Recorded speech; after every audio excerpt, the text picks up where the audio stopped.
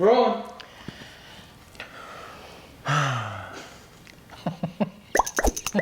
What? Hey, what the heck? Energy up. All right, so today we're gonna talk about the market because it is bananas. It is bananas. So two things we're gonna go over. I was trying to think of something funny, like banana slide, banana peel. No, it is bananas. It definitely is bananas. So we're gonna kind of go over two things. We're gonna go over one. What? I'm still laughing about it. Come on, get it together. You can't start doing No, okay, hang on. All right, ready? Yeah.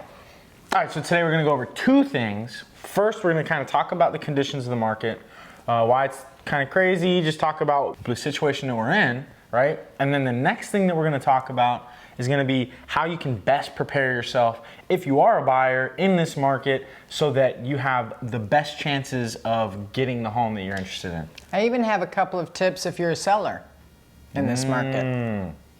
Save those like icing on the cake at the end, maybe. Okay.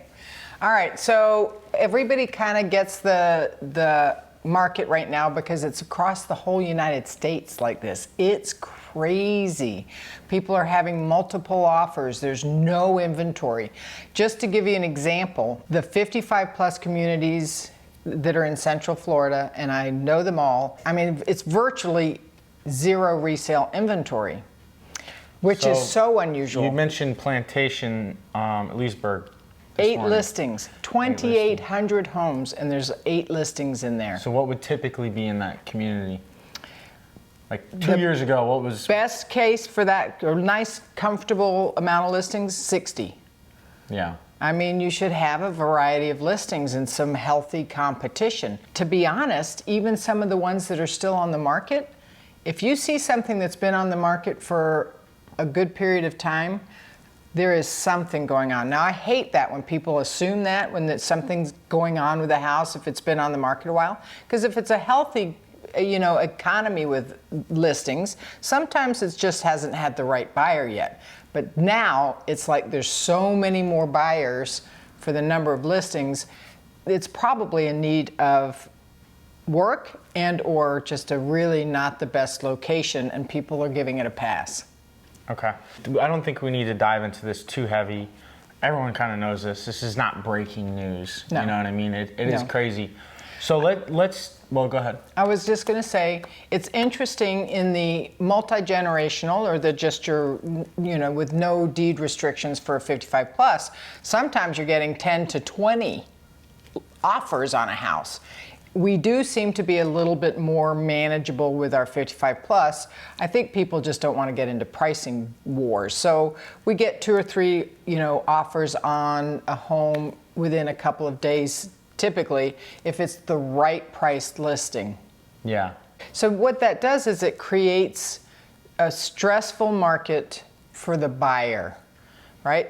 And the seller, really, and I'll give you a couple of reasons why that's stressful for a seller, but for the buyer. And what is happening, and it's unfortunate, but if you're not cash ready, or at least with a pre-qualified loan that's a strong loan, which means, and I hate to even say it, but people are scared of VA loans, FHA loans, and USDA loans because they have to appraise. And sometimes they're getting more than what we feel is market value, and it may or may not appraise. So they pass up those offers and take the cash offer. You're seeing a lot of that where people are like basically waiving the contingency. For the appraisal. So the buyer's telling the seller that it doesn't matter if it's a low appraisal, they'll bring in the extra cash. So yes, if that's a negotiation type of tool. Well, so let's start to talk about that. So what's the best thing you can do as a buyer in this market to be competitive if you're looking for a home? Keep your offers clean. No contingencies. A year ago, I would have said, oh, it's okay. If you've got a house under contract, we'll do a contingency on your house successfully closing. That is just not happening right now. You have to be prepared for either a solid mortgage lender qualified loan or preferably cash. be a little bit flexible too, possibly with the closing date, which is a sweet spot for a seller. So one thing that's kind of controversial, and it's something that the Realtor Association is talking about, is love letters. Yeah. So some offers. I thought this was illegal now for some reason. It's not that it's illegal, but you're treading on fair housing issues maybe, and I'm not understanding how it's even a problem. I don't get it. So, however. I kind of get it. It's like, okay, so if you write a letter and you start to try to empathize with the person that you have a certain situation that you're in, and they can empathize with That's that. true. Where it's like now you're putting someone who, is in the opposite field as you, and maybe your offer is the same, but now they're picking you because you fit in some sort of like social mold that they appreciate, opposed to. That's true. So a lot of agents even say in the realtor comments, no love letters. We won't look at it if you send a love letter. So it's not quite so prevalent. What if you show up with a boombox to the outside? Baby, come back. Oh boy. Don't do that. That'd be bad too. Or good, I don't know. Well, anyway, so back This is to how real She estate. brushes my comments off. Just don't have anything to say about that one. So anyway, so I think that's your best foot forward, which means be ready with your proof of fund letter and pre-qualification when you come. I like it. And so now you said you had a couple tips for sellers. Don't use an agent. For sale by owner, now's the time. Cash only. Put it for $400,000 over asking price. It's actually not a bad time if you're a strong-willed, homeowner to sell it on your own. If you're going to try that route, be familiar with your local laws about what's typical for closing costs and who pays what, and clean title and all of that fun stuff. I would suggest, at least, because you won't get the exposure that you do if you're put on the MLS, with an agent. You won't get that exposure. But I would let your local realtors know that you'll pay at least a buyer's agent's commission. Otherwise, you've got a really narrow pool. But there is that available to folks right now. It's a thing. Okay, what were your tips? So when you put your house on the market, some people think because it's a hot market that they'll just shoot for the moon. And I've seen people not make offers on those because they're already too high. Which is where your knowledgeable realtor can come in, if you pick the right price, even if it's just top dollar but in the market value, you'll get multiple offers.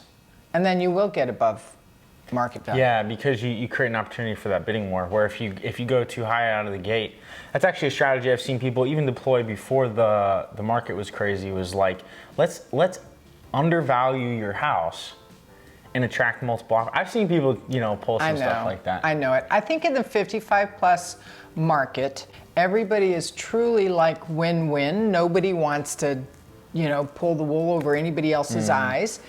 But if you do have a couple of offers coming in, somebody might use an escalation clause, which is a thing where they'll say, well, they'll pay a certain amount over somebody else's offer up to a certain amount, and it just happens. But that buyer is also comfortable paying that. So an interesting thing too is we're seeing, the prices come up at a sort of steady pace, but nothing ridiculous. So you're still probably better at coming on in now and buying than waiting till next year, because I think we're still going to keep seeing that steady increase.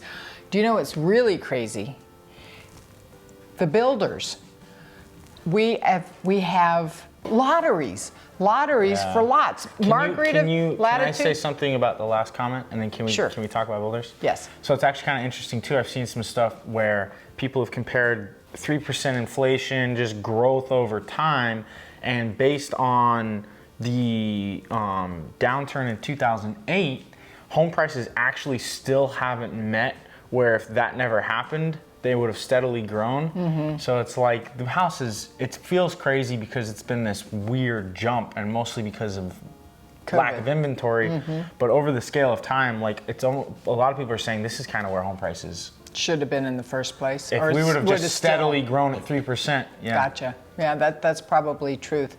But it was such a weird year, and the whole shutdown, because the pandemic and all of that has created all these weird pockets. Like builders can't get windows or appliances.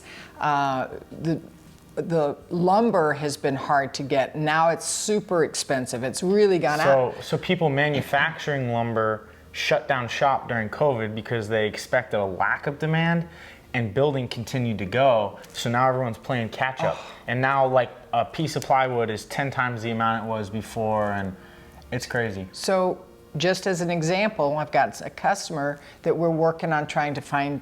He knows I want Latitude. They're not even selling any lots right now at Latitude and Daytona.